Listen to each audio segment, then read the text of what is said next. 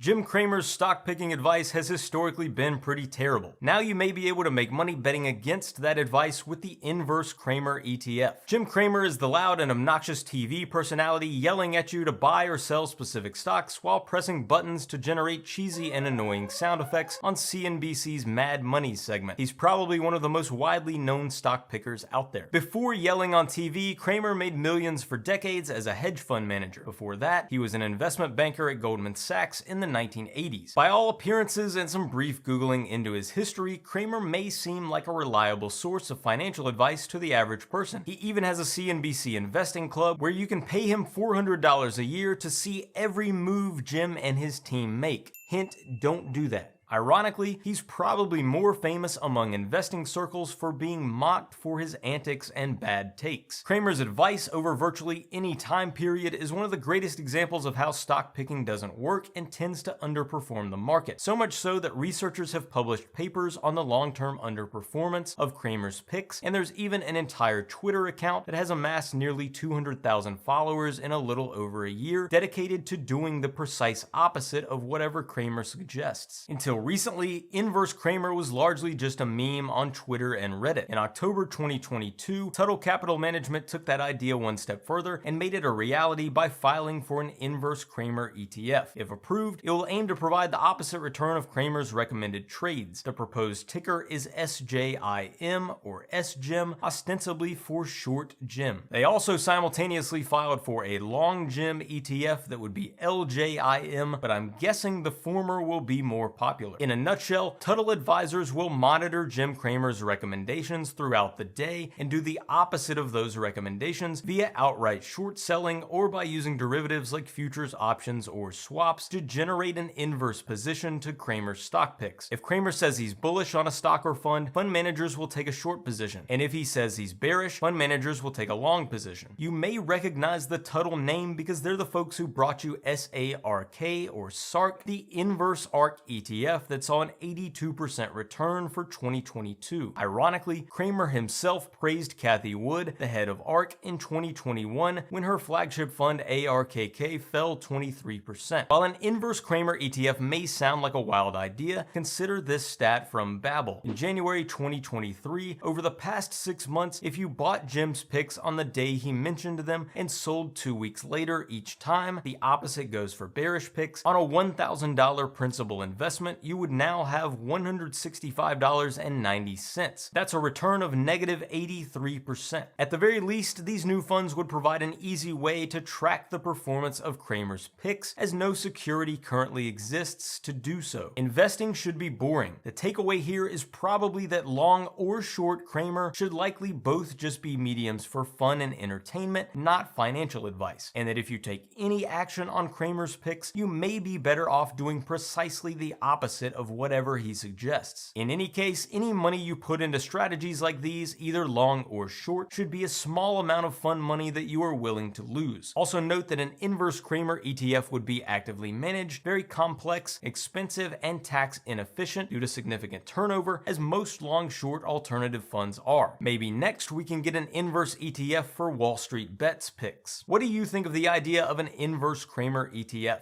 Let me know in the comments. Thanks for watching.